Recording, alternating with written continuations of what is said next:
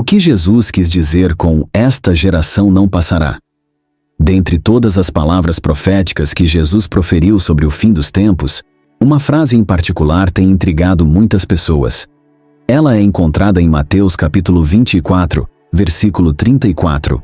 Em verdade vos digo que esta geração não passará até que todas essas coisas aconteçam. À primeira vista, parece que Jesus estava dizendo que as pessoas a quem ele estava falando, seus discípulos, testemunhariam pessoalmente a sua segunda vinda e o fim dos tempos.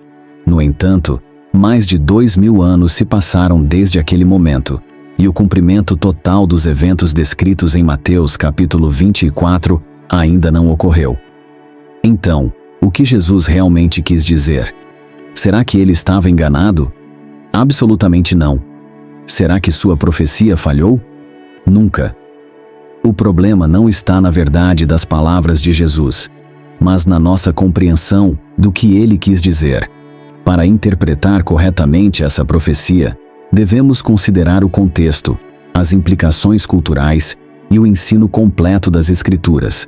Neste sermão, vamos explorar profundamente o significado de esta geração, analisar o contexto de Mateus capítulo 24 e entender o que Jesus estava realmente revelando, não apenas aos seus discípulos, mas também a nós e à geração final. O contexto da declaração de Jesus. Para entender a afirmação de Jesus, devemos primeiro compreender o contexto em que ele a fez. Em Mateus capítulo 24, também conhecido como o Sermão Profético ou Discurso do Fim dos Tempos, Jesus está conversando privadamente com seus discípulos sobre os sinais da sua volta e o fim dos tempos. O capítulo começa com uma profecia impressionante. Mateus, capítulo 24, versículo 2. Vocês estão vendo tudo isto? Perguntou Jesus. Eu lhes garanto que não ficará aqui pedra sobre pedra. Todas serão derrubadas. Essa declaração provocou uma grande inquietação nos discípulos, levando-os a fazer 3 perguntas específicas no versículo 3. Quando essas coisas acontecerão? Qual será o sinal da tua vinda? Qual será o sinal do fim dos tempos? Essas não eram perguntas abstratas ou irrelevantes. Os discípulos, assim como muitos judeus da época, esperavam um Messias político, que libertaria Israel do domínio romano. No entanto, Jesus direcionou suas expectativas para um evento muito maior: o seu retorno triunfante, em poder e glória, no final da era presente. Os sinais do fim dos tempos. A partir desse momento, Jesus apresentou um esboço profético que incluía uma série de eventos: guerras e rumores de guerras, terremotos e fomes, perseguições contra os crentes, o surgimento de falsos profetas, o aumento da maldade, a pregação global do Evangelho. Jesus descreve esses eventos como dores de parto, ou seja, sinais que marcarão o início do fim. A seguir, ele apresenta sinais mais específicos. Mateus capítulo 24, versículo 15. Ele menciona a abominação da desolação. Mateus capítulo 24, versículo 21. Ele fala sobre a grande tribulação. Mateus capítulo 24, versículo 29. Ele descreve distúrbios cósmicos. Mateus capítulo 24, versículo 30. Ele profetiza sobre seu glorioso retorno nas nuvens, com poder e grande glória. Jesus pinta um quadro vívido do fim dos tempos, marcado por uma grande convulsão global, perseguições intensas contra os crentes e uma tribulação sem precedentes. Esse contexto profético é fundamental para compreendermos a profundidade da afirmação que Jesus faz no versículo 34. Qual geração Jesus estava se referindo? Então, quando Jesus diz no versículo 34, esta geração não passará até que todas essas coisas aconteçam, a que geração ele estava se referindo? Seria a geração dos discípulos ou uma geração futura? Aqui está o ponto crucial. A clareza e a precisão teológica são essenciais para evitar interpretações equivocadas. Uma leitura errada deste versículo já levou muitas pessoas a conclusões errôneas e até mesmo a dúvidas sobre a fé. É importante reconhecer que a maioria dos eventos que Jesus descreve em Mateus, capítulo 24, não ocorreu durante a vida dos apóstolos. Portanto, Jesus não poderia estar se referindo apenas à geração dos discípulos. Ele estava, sim, falando de uma geração futura, aquela que testemunharia o cumprimento completo dos eventos que ele havia descrito. A geração que veria todos os sinais do fim se manifestarem de forma definitiva. Isso significa que a geração que verá a grande tribulação e o retorno glorioso de Cristo será a geração final desta era. Assim, a profecia de Jesus não falhou. Pelo contrário, ela está em andamento, e nós, hoje, podemos estar mais próximos do seu cumprimento do que nunca. Conclusão: a urgência da mensagem de Jesus não estava dando apenas um aviso, mas também esboçando o cronograma do último capítulo da IS. A destruição de Jerusalém e o cumprimento parcial da profecia. Embora a destruição de Jerusalém no ano 70 d.C. tenha sido um cumprimento parcial do juízo, ela não representou toda a extensão do que Jesus predisse. O sol não se escureceu, as estrelas não caíram e Jesus não retornou sobre as nuvens. Portanto, não podemos limitar as palavras de Jesus apenas ao contexto do primeiro século. Em Mateus, capítulo 24, versículo 21, Jesus descreve um tempo de grande angústia, sem igual desde o princípio do mundo até aquele momento, e que nunca mais será repetido. Esse nível de tribulação ultrapassa em muito a invasão romana, pois descreve um tempo de sofrimento tão intenso que abalará toda a terra. Jesus afirmou que, se aqueles dias não fossem abreviados, ninguém sobreviveria. Isso não se refere apenas ao cerco romano de Jerusalém, mas sim a uma tribulação global sem precedentes na história. A Grande Tribulação e o livro do Apocalipse.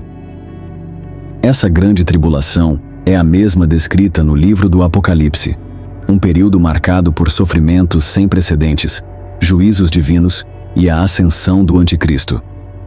A linguagem utilizada por Jesus reflete o tom apocalíptico do Apocalipse, apontando não para um evento passado, mas para um período culminante na história da humanidade que ainda está por vir. Essa tribulação não será limitada a uma única cidade ou nação, mas afetará o mundo inteiro, cumprindo os propósitos finais de Deus antes da volta de seu Filho. O significado de esta geração.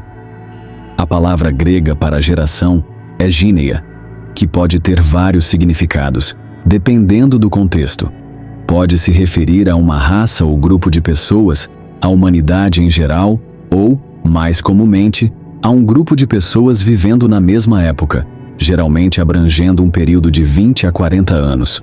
Alguns argumentam que esta geração mencionada por Jesus se refere ao povo judeu, significando que a nação de Israel não desaparecerá antes que todas as profecias se cumpram. Embora seja verdade que Israel tem um papel central nos eventos do fim dos tempos e que o povo judeu permanecerá até o final, conforme Jeremias, capítulo 31, versículos 35 e 36, essa interpretação não se encaixa totalmente no contexto de Mateus, capítulo 24. A interpretação mais precisa e coerente é que esta geração se refere à geração que presenciará o início dos eventos do fim dos tempos. Ou seja, Jesus estava falando sobre a geração futura, que verá os sinais começando a acontecer. Essa geração, a que testemunhar o começo da tribulação, também verá o seu desfecho. Os sinais não se arrastarão por séculos. Uma vez iniciados, os eventos proféticos se desenrolarão rapidamente dentro de uma única geração. A parábola da figueira, uma pista sobre o tempo. Imediatamente antes do versículo 34, Jesus conta a parábola da figueira. Mateus, capítulo 24, versículos 32 e 33 diz: Aprendam a lição da figueira. Quando seus ramos se tornam tenros e suas folhas brotam, vocês sabem que o verão está próximo. Da mesma forma, quando virem todas essas coisas, saibam que ele está próximo, às portas. Essa parábola reforça a ideia de que, quando os sinais começarem a aparecer, os eventos finais acontecerão rapidamente. Assim como a figueira brotando sinaliza a chegada do verão, a manifestação dos sinais do fim indica que o retorno de Cristo está próximo. Não se trata de prever uma data exata, mas de estar espiritualmente alerta. Quando a figueira começa a brotar, não há dúvida de que o verão está chegando. Da mesma forma, quando o mundo começar a refletir os sinais profetizados por Jesus, sua volta estará muito próxima. Além disso, a figueira pode simbolicamente representar o renascimento de Israel, que ocorreu no ano de 1948, após quase 2000 anos de dispersão. Se essa interpretação estiver correta, o brotar da figueira pode ser um indicativo de que estamos vivendo nos tempos do fim, aquele marco profético significativo. E se o renascimento de Israel marca o florescimento, então, potencialmente, estamos vivendo nessa geração. Essa interpretação tem sido amplamente discutida entre estudiosos e professores da Bíblia, que veem o retorno de Israel à Terra como um sinal profético essencial. Jesus não estava dando a seus discípulos um cronômetro que começava na geração deles. Em vez disso, ele estava apontando para uma geração futura, aquela que testemunharia todas essas coisas como a geração terminal. É um alerta e uma promessa. A geração que vir os eventos proféticos se encaixarem, verá a culminação do plano de Deus. Ao dizer, esta geração não passará, Jesus enfatizou urgência e certeza. No momento em que os sinais finais começarem, o fim estará próximo. Uma vez que as peças proféticas começarem a cair, não haverá atraso. De fato, Jesus acrescenta no versículo 35, o céu e a terra passarão, mas as minhas palavras jamais passarão. Essa foi a maneira dele dizer, vocês podem contar com isso. Minhas palavras são certas. Meu retorno é garantido. A geração que testemunhar o início desses eventos verá também o seu retorno. Essa certeza não deve levar ao medo, mas à preparação. O povo de Deus não está em trevas para que aquele dia os surpreenda como um ladrão, conforme está escrito em 1 Tessalonicenses, capítulo 5, versículo 4. Essa interpretação também é consistente com outras passagens do Novo Testamento. Por exemplo, Apocalipse, capítulo 3, versículo 11. Venho em breve, retenha o que você tem, para que ninguém tome a sua coroa. Apocalipse, capítulo 22, versículo 7. Eis que venho em breve. Feliz é aquele que guarda as palavras da profecia deste livro. Mateus, capítulo 24, versículo 22. Se aqueles dias não fossem abreviados, ninguém sobreviveria, mas por causa dos escolhidos, aqueles dias serão abreviados. O plano de Deus é trazer o juízo de forma rápida quando começar. Sua misericórdia adia o início, mas sua justiça não retardará o fim. Isso nos lembra de maneira solene que hoje é o dia da salvação e que amanhã pode ser tarde demais. Não haverá tempo para arrependimento após o toque da última trombeta. A graça é oferecida agora, mas o julgamento virá de repente. O que isso significa para nós hoje? Se de fato estamos vivendo nos últimos dias, e há muitos sinais que indicam que sim, então poderíamos muito bem ser a geração sobre a qual Jesus falou. O renascimento de Israel em 1948, a ascensão da governança global, o aumento de desastres naturais, a decadência moral, guerras e rumores de guerras, além do avanço das tecnologias de rastreamento digital, que refletem o nível de controle que o anticristo terá, conforme descrito em Apocalipse, tudo isso se alinha com a estrutura profética do fim dos tempos. Poderíamos ser a geração final? Essa pergunta deve nos levar a refletir e examinar os tempos em que estamos vivendo. Não estamos testemunhando os sinais que Jesus descreveu como o princípio das dores? Guerras e rumores de guerras, terremotos em diversos lugares, um colapso moral global, onde o bem é chamado de mal e o mal é celebrado como bem. Não estamos vendo um aumento do engano, da ilegalidade e da hostilidade contra o verdadeiro cristianismo bíblico? O renascimento de Israel em 1948, o avanço das moedas digitais e dos sistemas de rastreamento global, e até mesmo a pressão para a criação de um governo centralizado global, tudo isso reflete exatamente o que a Bíblia previu sobre os últimos dias. Jesus disse que o Evangelho seria pregado a todas as nações antes que o fim viesse. E agora, por meio da tecnologia e das missões globais, essa profecia está mais perto do que nunca de ser cumprida. Será que nós somos essa última geração? A geração final. Jesus falou sobre aquela geração que veria todas essas coisas acontecerem. Não é uma questão para provocar medo, mas para despertar urgência. Se realmente somos essa geração, então tudo muda. A maneira como vivemos, as coisas que priorizamos, o modo como gastamos nosso tempo, a urgência com que compartilhamos o Evangelho. Se estes são, de fato, os últimos momentos da história humana antes da volta de Cristo, não podemos ser pegos dormindo. Devemos levantar nossos olhos, observar os sinais e viver com santa urgência. Não somos apenas espectadores. Fomos chamados para ser sal e luz em um mundo escuro e em decadência.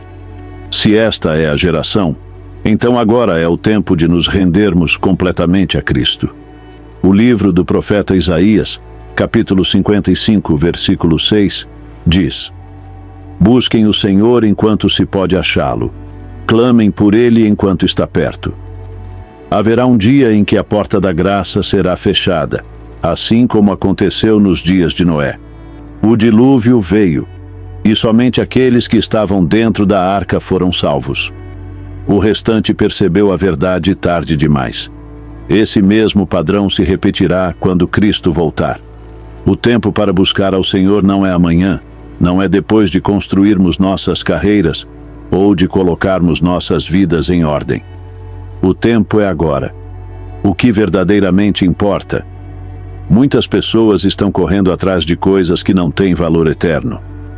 Sacrificamos nossa paz, nossas famílias e até mesmo nosso relacionamento com Deus por ganhos temporários. Mas ouça esta verdade com clareza. Nada disso terá importância no céu. Sua conta bancária não importará quando você estiver diante do tribunal de Cristo. Se você teve $100 ou $100 milhões, isso não fará diferença na eternidade. Seu saldo bancário não pode salvar sua alma. Seu status nas redes sociais, seus seguidores, seus likes, seus momentos virais. Nada disso contará. O céu não mede influência por algoritmos ou taxas de engajamento, mas sim por fidelidade, humildade e obediência a Deus. Você não será questionado sobre quantos seguidores teve, mas sim se seguiu Jesus. Seus investimentos, sua aposentadoria, sua carteira de ações, tudo isso não terá valor algum diante da realidade eterna. A Bíblia declara que a terra e todas as suas obras serão consumidas pelo fogo. Todo esse dinheiro não comprará um único segundo na eternidade. Quando os céus se enrolarem como um pergaminho, o mercado financeiro deixará de existir. O carro que você dirige, não importa o quão luxuoso, enferrujará. A casa que você construiu, por mais grandiosa que seja, um dia ruirá. Os tesouros desta terra desaparecem, mas aquilo que fazemos para Cristo dura para sempre. O título que você carrega, seja presidente, influenciador, gerente, médico, professor, não garantirá um lugar no céu. O único nome que importa na eternidade é aquele que está escrito no livro da vida do Cordeiro. O que verdadeiramente contará? Reflita. Tudo o que você conquistou na carne sem Cristo será inútil. Seus diplomas, seus prêmios, seu prestígio, o reconhecimento e os aplausos dos homens, nada disso terá valor diante do trono de Deus. O que celebramos aqui, sucesso material, luxo, fama, não será sequer mencionado nos tribunais celestiais. Deus não está impressionado com nossos currículos. Ele está procurando corações completamente rendidos a Ele. Você não levará seu dinheiro. Você não levará suas roupas. Você não levará sua empresa, sua marca ou sua popularidade. Nada disso terá importância. A única coisa que contará será se você viveu para Jesus Cristo. Você o amou? Você o obedeceu? Você o serviu? Você se arrependeu e creu no Evangelho? Precisamos acordar e perceber que apenas uma coisa importa: conhecer Jesus Cristo. Seu relacionamento com Ele é a única coisa que terá valor quando esta vida terminar. Jesus disse em Mateus, capítulo 16, versículo 26: De que adianta o homem ganhar o mundo inteiro e perder a sua alma? Então busque o Senhor enquanto Ele pode ser achado. Clame por Ele enquanto Ele está perto. O tempo é agora. A escolha é sua.